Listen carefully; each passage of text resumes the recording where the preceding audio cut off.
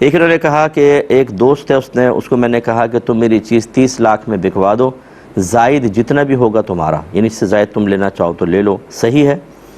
دیکھیں صحیح نہیں ہے، کیونکہ آپ اصل میں ان کو ایک طریقے سے ایک کام سپرد کر رہے ہیں اور وہ اپنی سروس پرووائڈ کر رہا ہے، اس کی آپ اجرت متعین کر رہے ہیں، یہ اجارہ ہے ایک طرح سے اور اجارے کے اندر اجرت متعین ہونی چاہیے، فکس، بالکل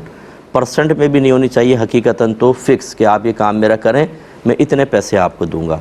غیر معلوم اجرت پر کام کرنے سے کام کروانے والا بھی گناہگار ہوگا، کرنے والا بھی گناہگار ہوگا۔ اب آپ نے کہا 30 لاکھ بس مجھے دلوا دو، باقی سب تمہارے، وہ کتنے تمہارے وہ پتہ ہی نہیں ہے، تو اس طرح کا یہ اجرت بالکل جائز نہیں ہوگی۔ دوسرا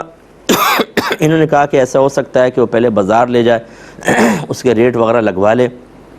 جب ریٹ لگ گئے اب وہ فون کر کے کہے بھی اتنے میں بک رہی ہے، مجھے کتنا پرسنٹ دو گے۔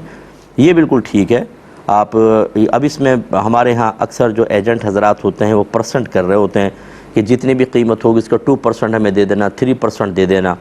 جو طے کرتے ہوئے تو مجہول ہے، غیر معلوم ہے، لیکن یقینی سی بات ہے کہ جب قیمت مقرر ہو جائے گی تو پھر یہ 2% کلیئر ہو کر پیسوں میں سامنے آ جائے گا کہ 1 لاکھ ہے تو 2000 مثال کے طور پر اس کی گنجائش ہے۔ اور اس میں بھی بہتر یہ ہے کہ جیسے وہ بازار میں کہے جی یہ چیز جو ہے ابھی 30 لاکھ کی میں بک رہی ہے تو مجھے اس پر آپ 20,000 روپے کمیشن دے دینا، 8,000 روپے دے دینا، اس طرح فکس رقم میں کریں اور بیسٹ ہے۔ لیکن جب یہ رقم ہو جائے تو پرسنٹ میں بھی طے کر سکتے ہیں کہ وہ فکس میں نکل ہی آئے گا یعنی ریٹ، تو اس لیے یہ بالکل درست طریقہ ہے۔ لیکن جو پہلا آپ نے کہا کہ 30 لاکھ میں بکوا دو اور باقی اوپر رکھ لینا، وہ طریقہ صحیح نہیں ہے، اگرچہ یہ بھی چل رہا ہے ہمارے ہاں لیکن صحیح نہیں ہے۔